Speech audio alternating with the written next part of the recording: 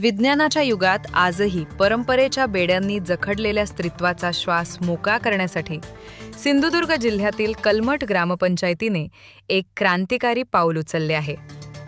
पतीच्या निधनानंतर पत्नीचे कुंकू पुसणे, बांगड्या फोडणे आणि तिचे सौंदर्य हिरावून घेणाऱ्या अमानवीय विधवा प्रथेला कायमची तिलांजली देण्याचा निर्धार संदीप मेस्त्री यांनी केला आहे.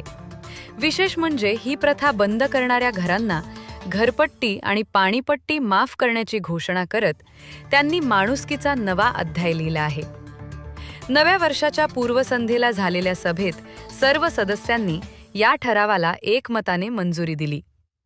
संदीप मेस्त्री म्हणाले, कोणत्याही अनिष्ट प्रथेपेक्षा माणुसकी श्रेष्ठ आहे. स्त्रीचे आयुष्य अंधकारमय करणाऱ्या रूढींना गाडून तिला सन्मानाने जगण्याचा अधिकार देणे हेच आमचे कर्तव्य आहे.